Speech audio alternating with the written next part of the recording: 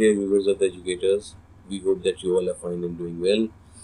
आज labour day के दिन हम लोग जिस टॉपिक पे बात करेंगे वो स्पेशली लेबर के बारे में ही है, और हम लोग ये जानने की कोशिश करेंगे कि what is actually the demand for the labour, because यहाँ पे बहुत इंपॉर्टेंट कंसेप्ट ये है कि किस तरीके से हम लेबर को हायर करते हैं, लेबर को हमें यूज़ करना होता है. सो हम लोग यहाँ पे जानेंगे what will be the demand for labour और किस तरह से ये डिमांड सेट की जाती है in the open market. Before moving ahead हमें एक बात को ध्यान रखना होगा कि हम लोग जो अब बात करने जा रहे हैं that will be related to the perfect competition. The first and the foremost thing is, the first assumption behind everything that we are going to study is perfect competition. So अगर हम डिमांड की बात करते हैं तो साथ में हमें सप्लाई को भी भूलना नहीं होगा. So we will discuss in short what is basically the supply of labor. Supply of labour क्या है? सप्लाई ऑफ लेबर का मतलब लेबर कितने घंटे काम करेगा या कितने लेबर एक इकोनॉमी में वर्किंग पोजीशन में होंगे. सप्लाई डिपेंड करती है हाउस होल्ड्स के ऊपर कि कितने लोग हाउस होल्ड में से अपनी लेबर सर्विसेज को देना चाहते हैं फर्म्स को. That will define the supply of the labour. Along with that हमें एक बात और देखनी होती है कि जितनी भी पॉपुलेशन है वो पूरी पॉपुलेशन सप्लाई ऑफ लेबर नहीं होती, बल्कि वर्क फोर्स जो उस पॉपुलेशन के अंदर निकलता है that is considered to be the supply of labour. तो work force define the supply of labour, not the whole population. ये बात हमें ध्यान रखनी पड़ेगी. तो खैर वो किसी और लेक्चर में हम लोग बात कर लेंगे. आज हम लोग को बात करनी है कि what is basically the demand for the labour. अगर आप इस डेफिनेशन को गौर करें जो आपके सामने स्क्रीन पे है कि the demand curve of the labour shows how many labourer is going to be hired at a given wage rate during a particular period of time. मतलब एक पर्टिकुलर पीरियड ऑफ टाइम में एक given wage rate पे हम कितने labourers को higher करेंगे, that will be that is defining the demand curve. तो अब हमें कुछ बातें जो ध्यान देनी है वो ये है कि डिमांड कर्व जब हम स्टडी करेंगे तो हमें देखना है कि कितने लेबरर्स को हम हायर करने जा रहे हैं, और एक वेज रेट का पता होना ज़रूरी है और साथ ही साथ हमें टाइम का भी पता होना ज़रूरी है. अब हम इस पे गौर करते हैं और हम देखते हैं कि हमारे सामने यहाँ पे टेबल में आप देखें तो देयर आर 5 लेबर्स जिसके अंदर हमें उनकी टोटल प्रोडक्ट दे रखा है कि वो लेबर जब हम एक लेबर को अपॉइंट करते हैं तो हमें 5 टोटल प्रोडक्ट मिलता है. TP represents the total product, total physical product, and you can also say TPP, total physical product. तो एक लेबर से हमें 5 यूनिट मिल रहा है, 2 लेबर से हमें 13 यूनिट. आप यहाँ पे जो स्क्रीन पे हमारा ये पॉइंटर है इस पर आप गौर करें तो 3 लेबर हमें 22 यूनिट्स प्रोड्यूस करके दे रहे हैं, 4 यूनिट हमें 29 और 5 यूनिट्स हमें 33 यूनिट्स का प्रोडक्शन करके दे रहे हैं. तो मार्जिनल फिजिकल प्रोडक्ट कैसे निकलता है, the difference between the total physical product.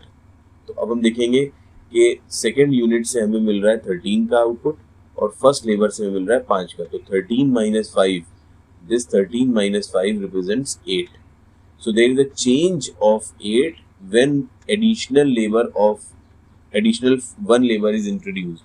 जब 1 से 2 लेबर, एक लेबर का इंक्रीमेंट होता है तो टोटल प्रोडक्ट 5 से बढ़ के 13 हो जाता है. That means there is an increment of 8. In the same way एक और एडिशनल लेबर आता है, 2 से 3 होता है, तो हमारा जो प्रोडक्शन है 13 से 22 हो जाता है. That is there is an addition of 9 units. Similarly 22 से 29 7 का इंक्रीमेंट, फिर 29 से 33 there is an increment of 4 units of marginal product. हमने जैसे कि शुरुआत में ही बताया कि we are assuming the perfect competition, so price remaining the same. Price हमारा हमेशा 20 ही रहेगा, because in the perfect competition the firm is a price taker, so price will remain same through out.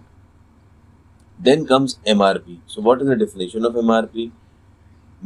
MRP represents marginal revenue product. How it is calculated? When the marginal revenue or the price is divided by the physical product, you will know MRP. MRP कैसे निकला? Marginal physical product, जितना हमने production किया उसको हमने उसकी एक additional price, जो भी हमें एडिशनल प्राइस को बेचने से मिल रहा है उससे मल्टीप्लाई कर दिया तो हमें MRP मिलेगा. देखते हैं कैसे. आप पॉइंटर पे गौर करें, जो राउंड पॉइंटर आ रहा है यहाँ पे मार्जिनल प्रोडक्ट है 5, प्राइस है 20, तो 5 को 20 से मल्टीप्लाई करेंगे will get 100. Similarly, 8 20s are 160. 9 when multiplied by 20, that will be 180. Similarly, 7 will when multiplied by 20, that will be 140. And similarly, 4 when multiplied by 20, that will give you 80. So this is a marginal revenue product. What the production we are getting when we are employing a labor. हमने एक labour को जब higher किया तो हमें 5 का output मिला और हम एक आउटपुट 20 रुपए का बेच रहे हैं, इसका मतलब हमें 100 रुपए कमाए। हमने दूसरा लेबर हायर किया तो हमें एडिशनल लेबर से हमें 8 यूनिट का प्रोडक्शन मिला, तो और एक यूनिट का प्रोडक्शन 20 का है, तो 8 × 20 160।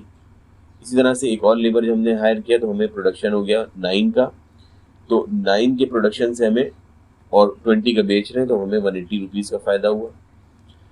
इसी तरीके से सो ऑन कि जब हमने 4 यूनिट का प्रोडक्शन किया और 20 रुपए के हिसाब से एक यूनिट बेच रहे हैं तो 80 रुपए का हमें रेवेन्यू प्रोडक्ट रिसीव हो। लेकिन मैंने जैसे बताया परफेक्ट कंपटीशन ही एज्यूम करेंगे लेबर मार्केट में भी और फैक्टर मार्केट में भी, फैक्टर मार्केट में और प्रोडक्ट मार्केट में भी, तो यहाँ पे वेजेस भी हमारी कांस्टेंट रहेंगी because here also the perfect competition exist. तो हमारी wages will remain the same as 140 rupees. ठीक है, आप अगर देखें तो पहले यूनिट में जब यहाँ पे पॉइंटर अपना रखे हुए फर्स्ट में, तो एक आप लगातार देखें एमआरपी पहले हमारा बढ़ रहा है 100 से 160, 160 से 180, फिर वो गिरना शुरू हो गया 180 से 140।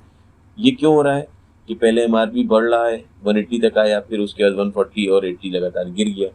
तो this is because of the law of variable proportion या लॉ ऑफ डिमिनिशिंग रिटर्न्स कि देयर आर कंस्ट्रेंट्स। पहले तो हमारा जैसे जैसे हम वेरिएबल फैक्टर अप्लाई करते जाएंगे फिक्स फैक्टर पे हमारा प्रोडक्शन बढ़ता जाएगा और उसके बाद हमारा प्रोडक्शन गिरता चला जाएगा, जैसे कि आप यहाँ पे भी देख सकते हैं। लेकिन वेजेस हमारी कांस्टेंट है। तो पहली बार में हम देखें तो हमने एक लेबर को जब हायर किया तो उसने हमें प्रोडक्शन करके दिया 100 रुपए का, हमने उसको 140 दे दिए, नुकसान हुआ। लेकिन आगे हमने देखा कि हमने उसको 160 रुपए का उसने प्रोडक्शन दिया और हमने उसको सिर्फ 140 ही दिए। फिर 180 रुपए का उसने हमें रेवेन्यू प्रोडक्ट बना के दिया और हमने उसको उसके बदले में 140 ही दिए। और फोर्थ यूनिट में हमने 140 के बदले 140 ही दिए, मतलब उसने हमें 140 का प्रोडक्शन दिया और हमने उसको 140 रुपीज ही एज अ वेज दे दी। इन द लास्ट इज कि हम उसने हमें 80 रुपए का रेवेन्यू प्रोडक्ट बना के दिया और हमने उसको सिर्फ 140 रुपए दे दिए। इसका मतलब यहाँ पे हमारा नुकसान हो गया कि हमने लेबर की कॉस्ट ज्यादा आ गई और लेबर से जो रिटर्न हमें मिल रहा है वो 80 रुपए है। That is far lesser than what we are paying in the form of wages.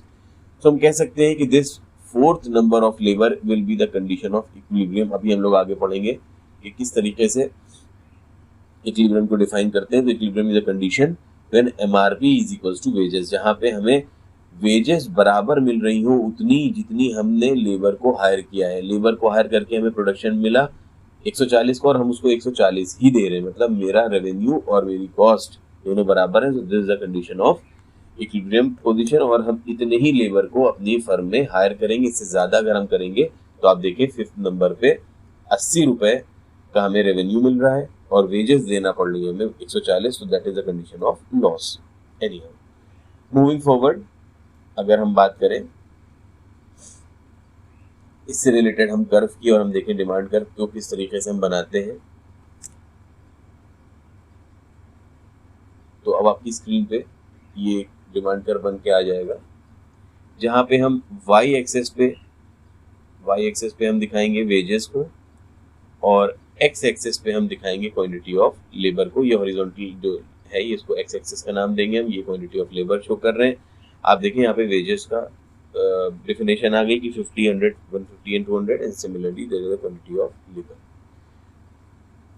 आप यहाँ पे देखें जो इंटरसेक्शन बन रहे हैं इसके हिसाब से पहले हमारा जो एमआरपी ये कर्व जो है हमारा इसको कहेंगे एमआरपी कर्व और this is a demand curve also. यही डिमांड कर्व है, यही एमआरपी कर्व है।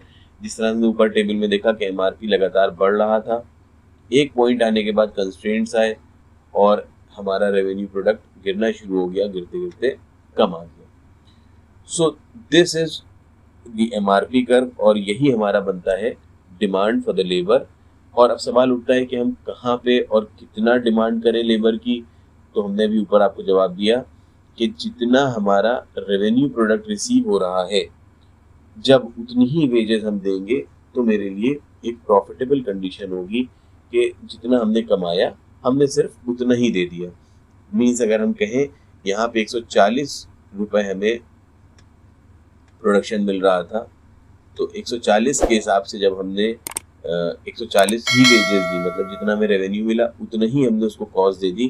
So this will be the point of equilibrium, because below this everything will be the case of loss, क्योंकि हम दे रहे हैं 140, मिल रहे हैं 140 तो ठीक है, बट हम दे रहे हैं 140 लेकिन हमें रेवेन्यू प्रोडक्ट के हिसाब से मिल रहे हैं 140 से कम। So that will not be a feasible situation. So firm will not hire the labour below the marginal revenue product of that particular labor। तो उम्मीद करते हैं कि ये लेक्चर आपको समझ में आया होगा कि किस तरीके से डिमांड करते हैं और क्यों करी जाती है डिमांड। अगर इस लेक्चर में कोई दिक्कत आती है, so you are free to ask. Till then, stay safe and happy. Thank you.